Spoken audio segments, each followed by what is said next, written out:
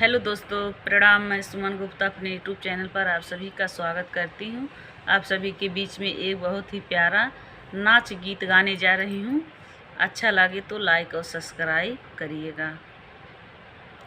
लाल लाल छतवा भी काला कलकतवा, छतवा ले दहो मम्मी, छतवा ले दहो मम्मी, हमारे लागताटे धूपवा, छतवा ले दहो मम्मी। लाल लाल छतवा भी काला कलकतवा, छतवा ले दहो मम्मी, छतवा ले दहो मम्मी, हमारे लागताड़े धूपवा, छतवा ले दहो मम्मी। ससुर अइल दिनवा धारे, दिनवा फेरी दहो मम्मी, दिनवा फेरी दहो मम्मी, हम न जाइब ससुर जी के संगवा, दिनवा फेरी दहो मम्मी।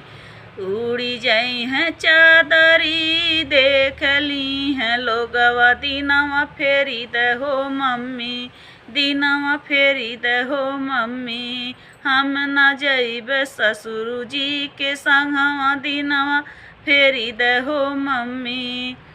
जेठऊ अइल दिनवा धारे, दिनवा फेरी दहो मम्मी, दिनवा फेरी दहो मम्मी, हम न जाइब जेठऊ के संगवा, दिनवा फेरी दहो मम्मी।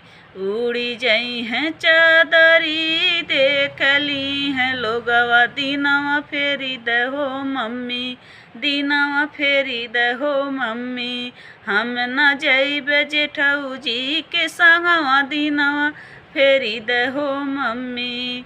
पियऊ अइल दिनवा धारे, दिनवा धाई दहो मम्मी, दिनवा धाई दहो मम्मी, हम जाइब पियवा के संगवा, दिनवा धाई दहो मम्मी, हम जाइब सैया जी के संगवा, दिनवा धाई दहो मम्मी।